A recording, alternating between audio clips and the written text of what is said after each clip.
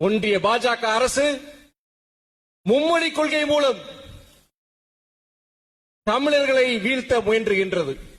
அந்த மும்மொழி கொள்கை மூலம் நமது இருமொழி கொள்கையை சிதைத்து நமது முன்னேற்றத்திற்கு தடை விதித்து நமது மொழி இன தனித்துவத்தை அழிக்க முயல்கின்றது.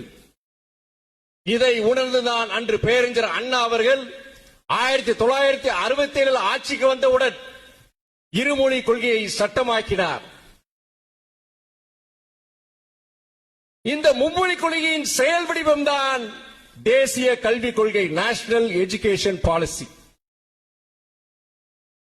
மாநில பட்டியலில் இருக்க வேண்டிய அந்த கல்வியை கன்கரண்ட் லிஸ்டில் வைத்துக் கொண்டு தேசிய கல்விக் கொள்கை போன்ற கொள்கைகளை உருவாக்கி அதன் மூலம் இந்த மும்மொழி கொள்கையை நம்மிடம் திணிக்க பார்க்கின்றார்கள்.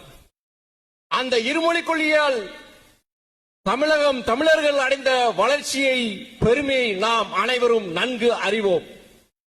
இன்று உலகத்தில் பல்வேறு நாடுகளில் பல்வேறு துறைகளில் இன்று நமது தமிழர்கள் ஆதிக்கம் செலுத்துகிறார்கள் என்றால் அதற்கு காரணம் ஆங்கில புலமை. இன்றைக்கு உலகத்தினுடைய டாப் ஃபார்ச்சூன் 100 கம்பெனிஸ், உலகத்தின் மிகப்பெரிய 100 நிறுவனங்களில் முதன்மையான அதிகாரிகள் யார் என்று கேட்டால் அதில் தமிழர்கள் தான் இருக்கின்றார்கள். அதற்கு காரணம் திராவிட அரசியலின் இருமொழி கொள்கை. ஆனால் இந்த நொடி பொழுது வரை ஒன்றிய அரசு அந்த மும்மொழி கொள்கையை நம்மிடம் திணிக்க முயற்சிக்கின்றது. புதிய தேசிய கல்விக் கொள்கை, அந்த தேசிய கல்விக் கொள்கை மூலம் இந்த மும்மொழி கொள்கையை நம்மிடம் திணிக்க பார்க்கின்றது. நாம் அந்த தேசிய கொள்கை கல்விக் கொள்கையை நாம் முழுமையாக ஏற்க மறுப்பதால்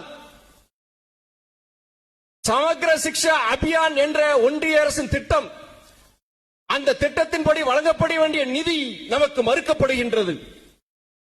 சென்ற ஆண்டு கிட்டத்தட்ட 249 கோடி நமக்கு வழங்கப்படவில்லை.